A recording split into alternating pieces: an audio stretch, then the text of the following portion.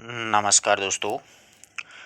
इस वीडियो में देखिए अपन लोग कबीरदास जी के विरह के अंग नाम से कुछ पद जोड़े गए हैं।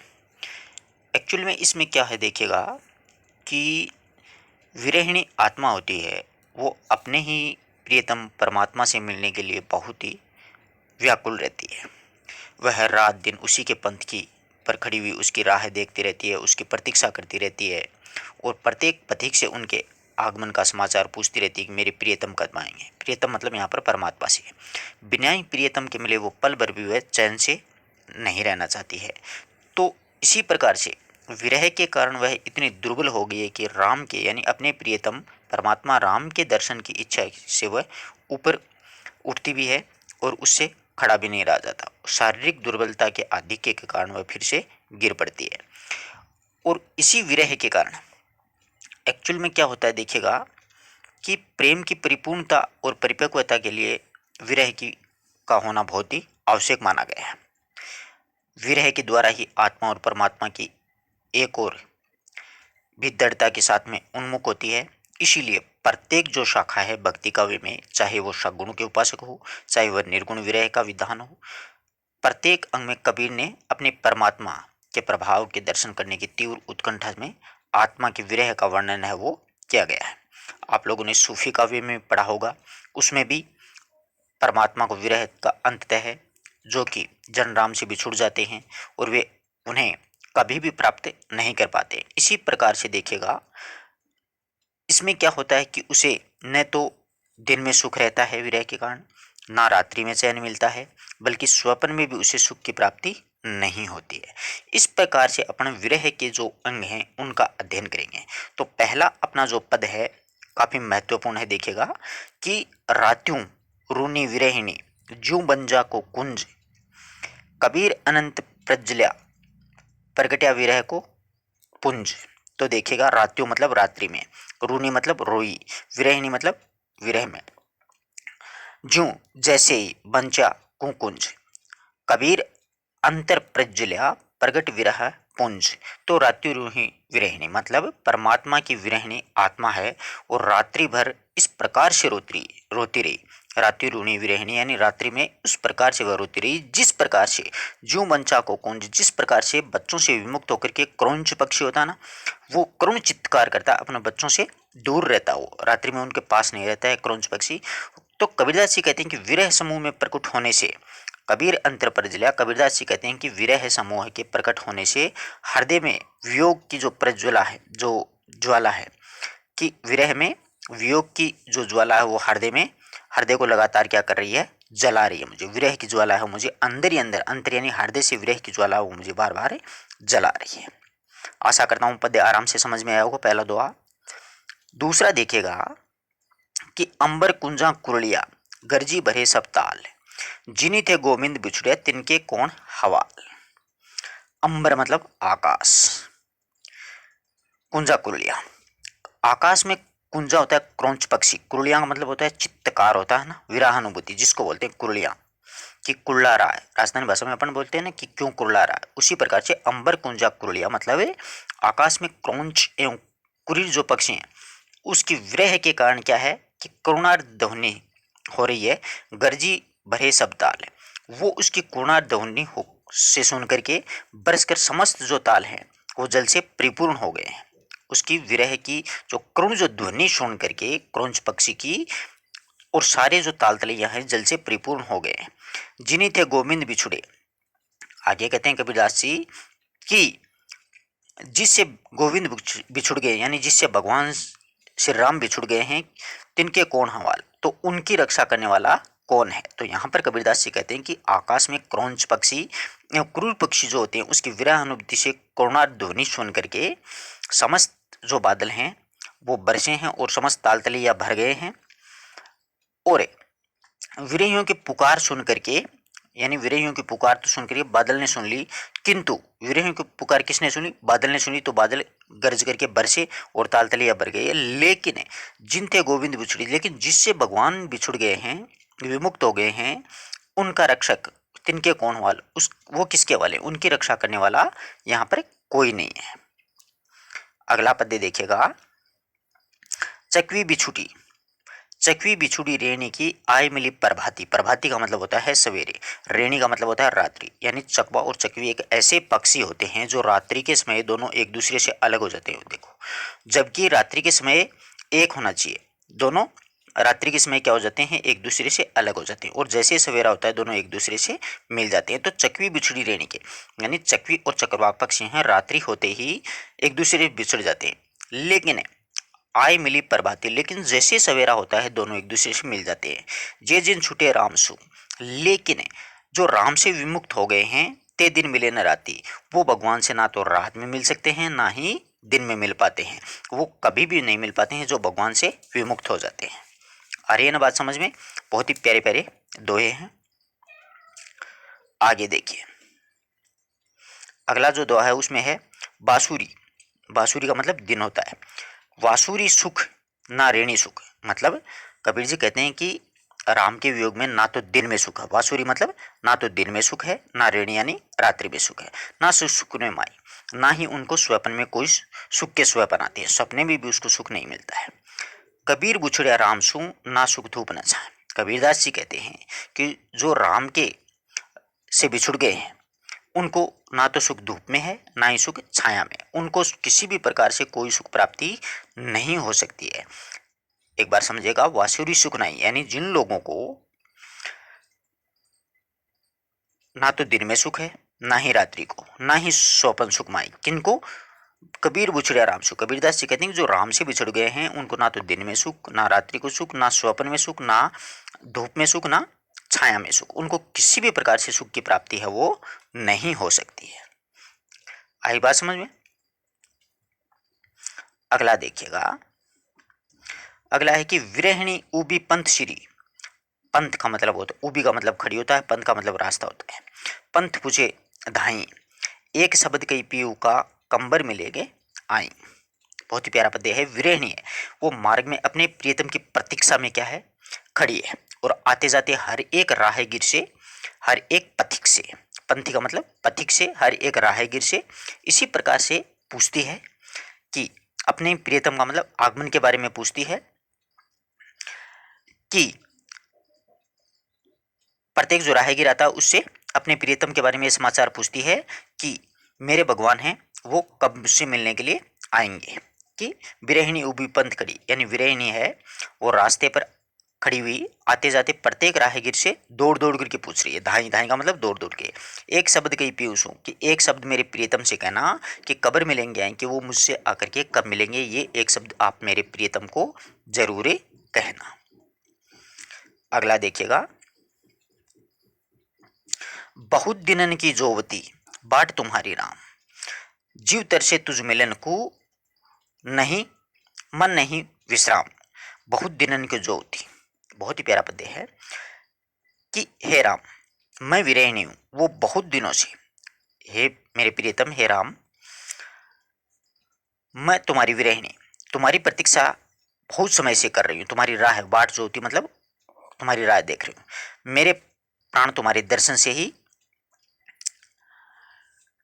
दर्शन के लिए बहुत ही उत्सुक हैं, अतृप्त हैं, यानी आपका दर्शन करना चाहते हैं मेरे जो प्राण है वो।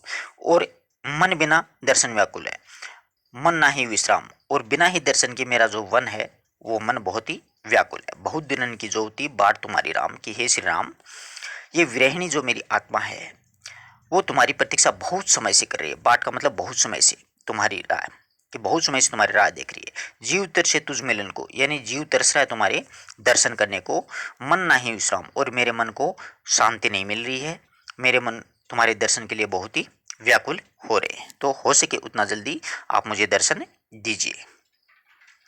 अगला देखिएगा, विरणी उभी भी पड़े दर्शन कारणी राम, मुआ पीछे देहुगे सो दर्शन की काम। विरहिणी उठे भी पड़े, यहां पर देखिएगा मुआ का मतलब होता है मरना।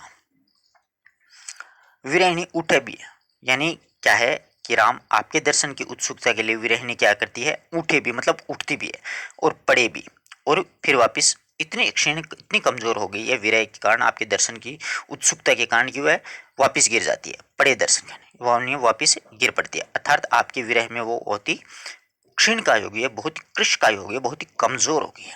उसे देखो मुआ पीछे दोगे, मुआ का मतलब मरने, यदि आप दर्शन देना चाहते हैं तो उसके मरने के बाद अगर आप मुझे दर्शन दोगे, सो दर्शन की ही काम, वो दर्शन किस काम के हैं बताओ मुझे, मरने के बाद में यदि आप मुझे दर्शन दोगे तो वो दर्शन किस काम के हैं। आई बात समझ में। अगला देखिएगा, अगला है कि मुआ पीछे जिनी मिले, मुआ पीछे जिनी मिले, कहे कबीर कबीरा राम, पाथर घाटा लो है सब दब, पारस कोणों का। बहुत ही प्यारा पद्य है। मुआ पीछे मतलब मरने के पीछे।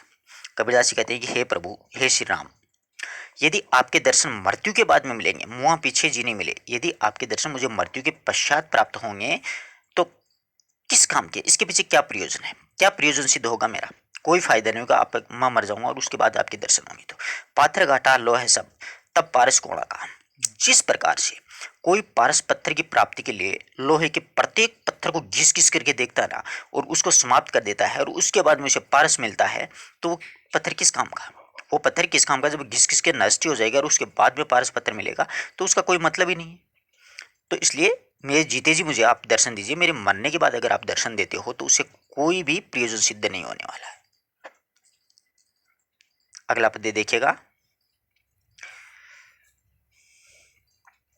अगला पद्य है कि अंदेशड़ा न भंजसी, संदेशड़ा कैया। बहुत ही प्यारा है। के हरि आया भंजसी, के हरि के पास गया। अंदेशड़ा का मतलब आशंका होती है, ठीक है। भंजसी मतलब नष्ट होता है। संदेशड़ा कैया, संदेश ना मतलब संदेशा कहना।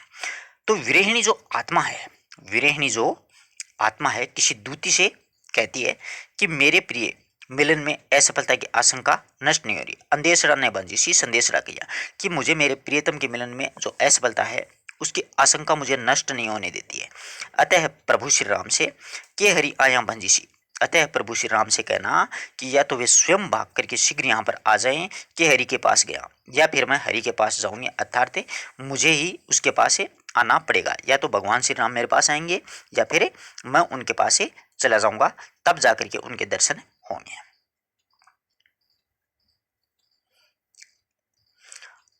आय न सकूं तुझ पे, सकून तुझे बुलाए, जीरा यूं ही लेहुगे बिरह तपाए तपाए। बहुत ही प्यारा पद्य। आय न सकूं तुझ पे, यानी जीरा का मतलब जीव होता है ना, मतलब प्राण जिसको बोलते हैं।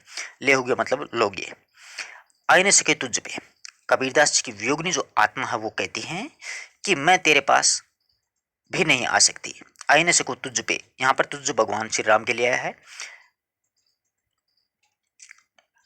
सकूं ने तुझे बुलाए और मैं तुझे बुला भी नहीं सकती हूँ, तो यहाँ पर क्या है कि मैं तेरे पास नहीं आ सकती। कबीरदास जी की आत्मा है वो अपने प्रियतम परमात्मा से कहती है कि मैं तुम्हारे पास नहीं आ सकती, क्योंकि मैं इतनी समर्थ नहीं हूँ और तुझे अपने पास ना ही बुला सकती हूँ, और सकून ने तुझे बुलाए और मैं ना मेरे पास में आपको बुला सकती हूँ। जीरा यूं ही लोगे, यानी मेरे प्राण आप इसी प्रकार से लोगे जो मुझे इस प्रकार से नष्ट करोगे। विरह तपा तपा, यानी विरह की आग में मुझे तपा तपा करके आप समाप्त कर दोगे तो ही मंजूर है, बल्कि ना तो मैं तुझे पास में बुला सकती, ना ही मैं तुम्हारे पास में आ सकती। जीरा यानी मेरे प्राण आप इसी प्रकार से लोगे, यानी मैं आपको सर्वस्व समर्पण नहीं कर सकी हूँ, तो मुझे आकृष्ट करके पास तक ले आए हैं। अतः दिखाई देता है कि तुम हमारे प्राणों को इसी प्रकार से विरह में तपा तपा करके लोगे। नहीं तो मैं तुम्हारे पास आ सकती, ना तुझे मेरे पास बुला सकती। मेरा हृदय यानी मेरे प्राण इसी प्रकार से विरह में तपा तपा करके आप लोगे।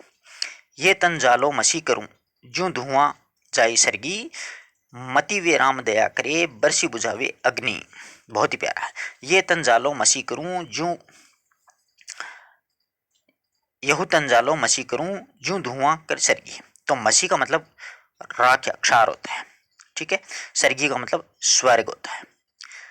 मति यानी संभव, और अग्नि आग होती है, विरह की आग है। तो देखिएगा पद्य को समझिएगा। ये है तंजालो मसी करूं, विरह की इस असहनीय अवस्था में ये इच्छा होती है कि मैं अपना ये शरीर भस्म करके क्षार कर दूं, यानी राख कर दूं इसका, जिससे कि मेरी अस्थियों से जो धुआं उठेगा, जो धुआं आई सरगी, जिस प्रकार से मेरी अस्थियों से जो धुआं आकाश में फैलेगा, तो संभव है कि वे दया नदी तो मति मतलब संभव है, वे राम दया करे, तो ये मेरे जो दया निधि राम हैं वो दयार्द होकर के बरसी बुझावे अग्नि, और अपनी कृपा दृष्टि से बरसात करेंगे, और उससे मेरी विरह की जो अग्नि है वो क्या हो जाएगी, समाप्त हो जाएगी, वो विरह की अग्नि है वो बुझ जाएगी। ये तंजालो मसी करूँ ज्यों ज्यों धुआं जाए सरगी, यानी विरह की इस असहनीय अवस्था में ये इच्छा होती है कि मैं अपना यह शरीर भस्म करके क्षार कर दूं, यानी इसका राग कर दूं, और मेरी जो अस्थियों से जो धुआं उठेगा ना वो आकाश में चारों ओर फैलेगा। तब मुझे संभव है मति वे राम दया करे, तब ये संभव हो सकता है कि भगवान दयानिधि दयार्थ भगवान श्री राम दयानिधि दयार्द होकर के वर्षा करेंगे, और मेरी विरह की अग्नि है वो शांत हो जाएगी, यानी विरह की अग्नि को वो बुझा देंगे। अगला देखिएगा, ये तंजालो करो लिखो राम को नाम, लेखनी करूं करंक की लिखी लिखी राम पठाऊं। ये तंजालो मसी करूं लिखो लिखो राम को नाम, लेखनी करूं करंक की लिखी लिखी राम पठाऊं। तो देखिएगा, विरहिणी कहती है ये तंजालो मसी करूं, विरहिणी कहती है कि ये इच्छा होती है कि शरीर को जला करके मसी यानी शाही बना दूं, यानी ये तन तन यानी शरीर, ये शरीर जला करके और इसकी शाही बना दूं, ये मेरी इच्छा होती है। लिखूं राम को नाम, और उसी शाही से मैं क्या करूं, राम का नाम है लिखूं। लेख नहीं करूं करंक की, करंक का मतलब होता है पंजर, अस्थि पंजर होते हैं ना उसकी, कि लेख नहीं करूं करंक की, और मेरी अस्थियों की मैं क्या करूं, पंजर अस्थि पंजर है उस अस्थियों की मैं लेख नहीं बनाऊं, लिख लिख राम को पठाऊं। पठाऊं को मतलब यहाँ पर होता है भेजूं, और राम का नाम लिख लिख करके मैं भगवान श्री राम के पास में भेजूं, यानी इस शरीर को जला करके शाही बना दूं, और उससे राम का नाम लिखूं, और मेरी हड्डियों से क्या बनाऊं, लेखनी बनाऊं, और लिख लिख करके राम के पास में भेज दूं। अगला देखिएगा, कबीर पीर पिरावणे पंजर पीड़ न जाई, एक जय पीड़ प्रीत की रही कलेजा छाई। कबीर पीर पिरावणे, पीर मतलब वेदना, पिरावणे मतलब कशकपूर्ण, पंजर शरीर होता है, प्रीति यानी प्रेम की प्रीति। तो देखिएगा, कबीरदास जी कहते हैं कि पीड़ा बड़ी वेदनापूर्ण होती है, कबीर पीर पिरावणी पंजर पीड़ न जाए। कबीरदास जी कहते हैं कि पीड़ा बड़ी वेदनापूर्ण होती है, और शरीर की पीड़ा ही इतनी कशमकशमय होती है कि उपचार करने पर भी नहीं जाती है। पंजर पीड़ न जाए, यानी कोई उपचार करे ना उस पीड़ा का तो भी वह न जाएगी।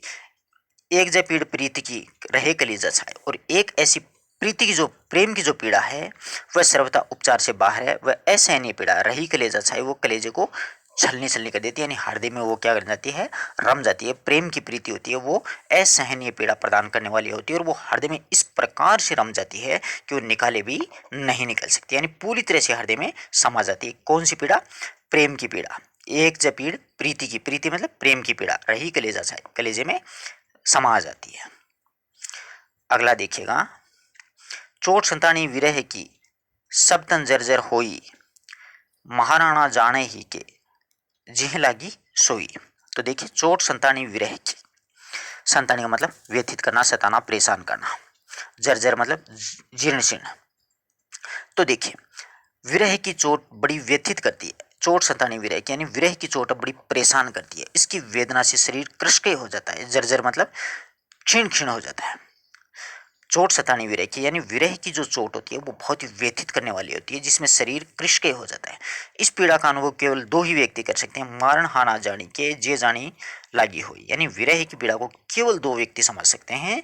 एक तो जिसने उसको भोगा है, देखिए, मारण हारा जानी के जे जाही लागी सोई, इसको या तो जिसको लगी है, जिसने भोगा है वो, या फिर इस पीड़ा को जिसने प्रदान किया है ना, के जे ही लागी सोई, या तो जिसके हृदय में लगी है उसके अनुभव को पता है, उसे अनुभव किया है कि प्रेम की पीड़ा इस प्रकार से होती है, और या फिर जिसने ये प्रदान की है, जिसने ये पीड़ा लगाई है वो जान सकता है। दो व्यक्ति जान सकते हैं कि प्रेम की पीड़ा, वो विरह की पीड़ा होती है वो बहुत ही कृशकयी होती है, बहुत ही असहनीय होती है, हृदय को व्यथित या उद्वेलित कर देने वाली होती है, जिसमें शरीर क्या होता है, जर्जर हो जाता है, कृशकाय हो जाता है।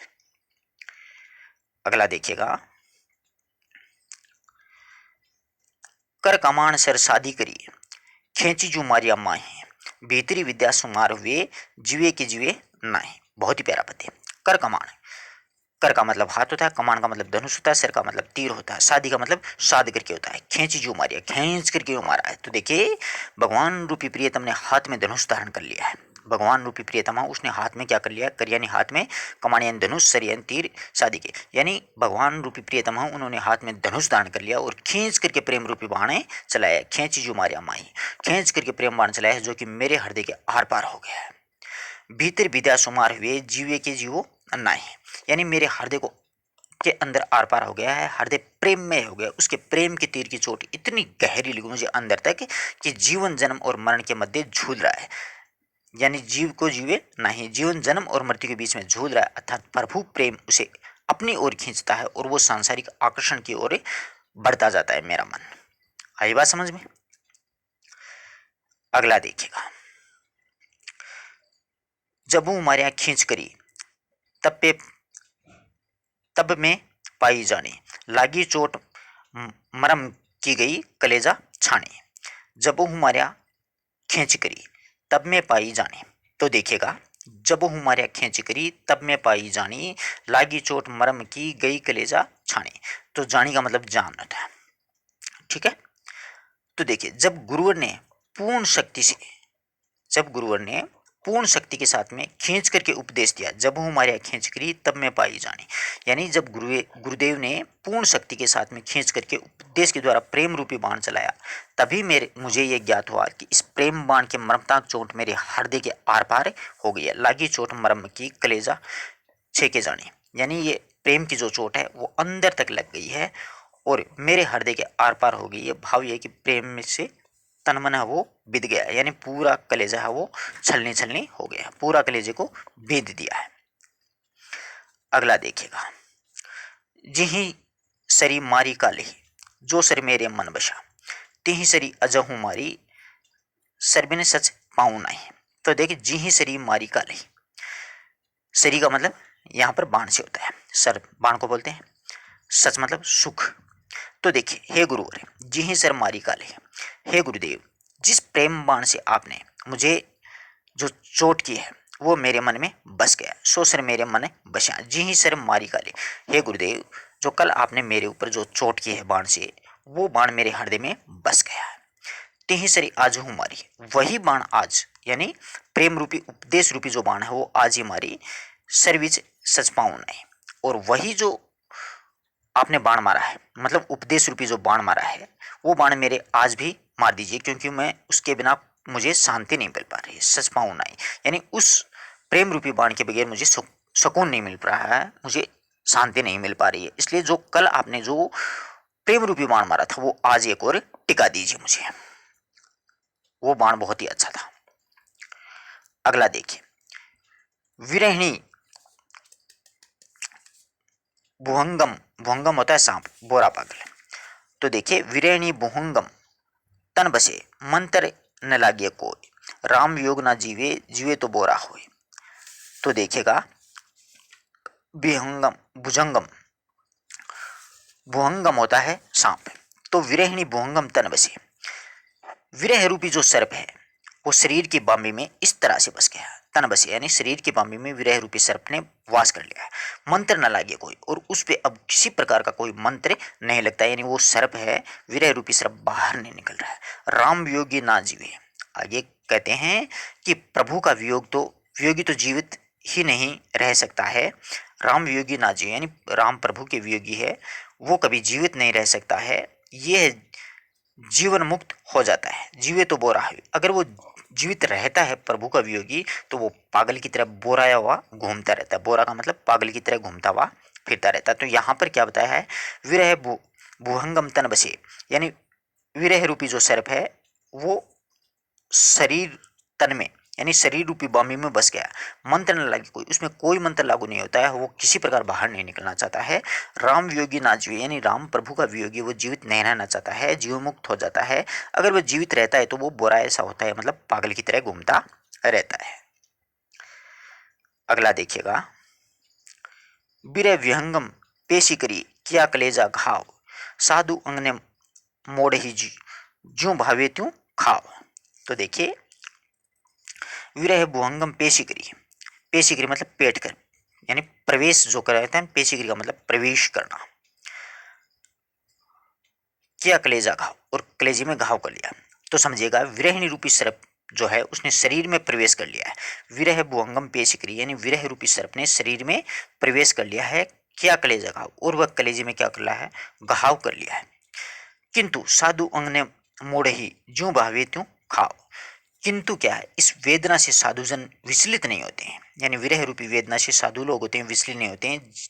जैसे उसकी इच्छा होती है उसी रूप में उसे खाने देते हैं, यानी जो सर्प है वो जैसे खाना चाहता है, विरह जिसे वेदनी जितनी पीड़ा देना चाहता है प्रियतम, वो उसको सहन कर लेते हैं, उन पे मतलब कोई भी अत्याचार नहीं करते हैं। तो साधक है विरह की कठोर यातनाओं से पथ से विचलित नहीं हो पाता है, अपने पथ पर वो अड़िग रहता है। अगला देखिएगा, अगला है कि सब रंग तंत रबाब तन विरह बजावे नित्य, और न कोई सुन सके के सोई के चित्त। तो देखिएगा, सब रंग तंत रबाब तन विरह बजावे नित्य, और न कोई सुन सके के सोई के चित्त। तो इस पद्य में देखिए, सब रंग तन रबाब तन, इसमें कहते हैं सब रग, रग का मतलब होता है शिराएं, अपनी जो शिराएं होती है ना उसको। तो देखिए, शरीर रूपी तंत्र पर शिराओं रूपी सबरंग तत् रबाबतन विरह बजावे नित्य, यानी शरीर रूपी तंत्री पर शिराओं रूपी जो तांतों से विरह के नित्य बाजा बजाया जाता है। और न कोई सुन सके के कोई के चित्त, उसको उस विरह वेदना को और कोई भी नहीं सुन सकता है, या तो प्रियतम ही सुन सकते हैं या फिर मेरा हृदय, और न कोई सुन सके। इस विरह रूपी रबाब एक वाद्य यंत्र होता है, ध्यान रखना इस बात का, रबाब है, ठीक है। अपनी जो शिराएं हैं वो कैसी हो गई हैं, एक रबाब वाद्य यंत्र यानी तत्वाद्य यंत्र हो गया है। विरह बजावे नहीं, तो उसको विरह हमेशा बजाता रहता है, विरह वेदना शरीर की शिराओं को झंकृत करता रहता है, और न कोई सुन सके, उसको कोई और दूसरा नहीं सुन सकता। ये तो भगवान श्री राम ईश्वर सुन सकते हैं, परमात्मा प्रियतम सुन सकते हैं, के सोई के चित, या फिर जिसके हृदय में वो प्रेम का बाजा बजता है, वो जिसको भोग रहा है, जो बजा रहा है, वो सुन सकता है। इसके अलावा इस विरह के रबाब यानी तत्वाद्य यंत्र को कोई नहीं सुन सकता है। अगला देखिए, बिरहा बुरहा निजी कहो, बिरहा है सुल्ताने, जिस घटी विरह ने संचरे सो घटी सदा मसान।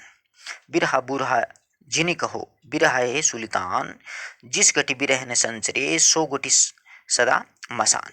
तो आगे यहाँ पर कबीरदास जी कहते हैं कि हे मनुष्य, विरह को बुरा मत बताओ, बिरहा बुरहा जिनी कहो, यानी विरह को आप बुरा मत बताओ, वह तो राजाओं में सर्वप्रिय बिरह रही सुल्तान, सुल्तान का मतलब राजा, यानी विरह को आप बुरा मत कहो, विरह तो क्या है, राजा के समान सर्वोपरि है। जिस घटी विरह न संचरे, यानी जिस घटी यानी हृदय में विरह का संचार नहीं होता, जिस हृदय में, वह सर्वदा मसान, सो घटी सदा मसान, मतलब वह जो हृदय है, वह जो शरीर है जिसमें विरह नहीं होता, वो हमेशा के लिए शमशान बन जाता है, रूखा सूखा हो जाता है। आगे देखिएगा, आंगड़ियां जहीं पड़ी पंथ निहारी निहारी, अंसड़ियां मतलब आंखों से लगाता अंखड़ियां होती है। जिबड़िया छाला पड़ी रामे पुकारी पुकारी, प्रिय के आगमन में मार्ग को ताकते ताकते क्या होता है कि नेत्र की जो दृष्टि होती है ना, वो उसमें झाई पड़ जाती है, वो कमजोर हो जाती है। पंथ निहारी निहारी यानी प्रियतम के मार्ग को देखते देखते नेत्रों की ज्योति मंद पड़ गई है, जिबड़ियां छाला पड़ी, और जीभ में अपनी जीवा होती है, उसमें राम का नाम पुकारते पुकारते क्या पड़ गए हैं, छाला पड़ गए हैं। तो यहाँ पर अच्छे प्रश्न बनते हैं, पूछा जा सकता है कि राम पुकारी पुकारी किस में छाले पड़ गए हैं, जीभ में, और पंथ निहारी निहारी किसकी जो रोशनी कमजोर हो गई है, नेत्रों की झाई कमजोर हो गई है। अगला देखिएगा,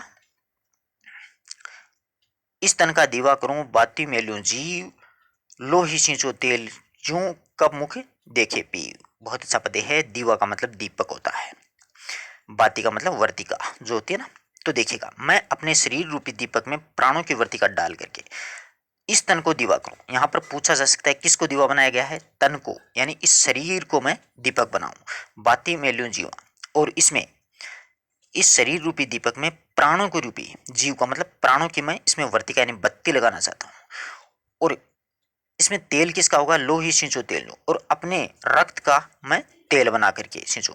कब दिखूं, कब मुख देखो पीऊं, और मैं कब अपने प्रियतम का मुख निहार सकूंगी। न जाने मुझे कब अपने प्रियतम हो वो दर्शन देंगे। मैं मेरे शरीर का दीपक बनाऊंगी और अपने प्राणों की बाती बनाऊंगी और अपने रक्त का टेल बनाऊंगी और पता नहीं ईश्वर मुझे कब दर्शन देंगे, ईश्वर के मुख के दर्शन मुझे कब होंगे। अगला देखिएगा, ने निजर लाई रहट बहो निस्बजाम पपीहाजू पी पी करो कबरू मिलोगे राम। बहुत प्यारा पद्य है। नेन निझर लाई, नेन का मतलब नेत्र होता है, निझर यानी निर्झर लगातार, याम प्रहर होते हैं, याम आठों याम बोलते हैं ना अपन, उसी प्रकार। तो देखिए, नेन निझर लाइया, तो मेरे नेत्र में अहरनिश रात्रि यानी अहरनिश दिन रात अश्रु प्रवाह रहट की भांति अनंतर गति से चलता रहता है। रहट बहुनिशि जाम यानी आठों जाम का मतलब याम प्रहर है, यानी मेरे नेत्रों से दिन रात अहरनिश, दिन रात क्या है कि अश्रु प्रवाह है रहट की तरह लगातार चल रहे हैं, निरंतर गति में चलता है। पपीहा जो प्यू प्यू करे यानी पपीहा जैसे प्यू प्यू करता है, कब हो मिलोगे राम, कि हे श्री राम आप मुझे कब से मिलोगे, मेरा मन है वो पपीहे की तरह तुम्हारे नाम की रट लगाती रहता है। अगला पद्य देखिएगा कि असड़ियां प्रेम कसाइयां लोग जाने दुखड़ियां साई अपने कारणे रोई रोई रतड़ियां, मतलब असड़ियां आंखों में, प्रेम कसैया, मेरी आंखें प्रेम की कसौटी पर लाल हो गई हैं। असड़ियां प्रेम कसैया यानी मेरी आंखें हैं प्रेम की कसौटी से क्या हो गई, लाल हो गई हैं। लोग जाने दुखड़ियां, और लोग क्या समझते हैं कि मेरी आंखें हैं उनमें दर्द होने लग गया, यानी दुखने आ गई हैं, यानी आंखें आ गई हैं। साई कारणे आपने, साई यानी हे प्रियतम आपके कारणे रोई रतनियां रतनियां, मैं पूरी पूरी रात्रि पर रोने के कारण है हे प्रियतम। साई का मतलब हे प्रियतम, हे प्रभु राम आपके वियोग में निरंतर रोने के कारण मेरी आंखें हैं वो क्या हो गई हैं, लाल हो गई हैं। जबकि लोगों ने, संसार ने यह अनुमान लगाया है कि मेरी आंखें वो दुखने आ गई हैं, यानी मेरी आंखों में कोई रोग हो गया है। तो आशा करता हूँ 25 पद आपने पढ़े हैं, सारे के सारे समझ में आए होंगे। आपको टेलीग्राम चैनल ज्वाइन करना है तो आप डिस्क्रिप्शन में लिंक है, वहाँ से ज्वाइन कर लीजिए। वहाँ पर आपको वीडियोज़ और पीडीएफ्स वगैरह उपलब्ध करवा दी जाएंगी, और बाकी के जो बचे हैं विरह के पद वो अपन नेक्स्ट वीडियो में चर्चा करें। धन्यवाद दोस्तों, अपने मित्रों तक भी शेयर किया करो।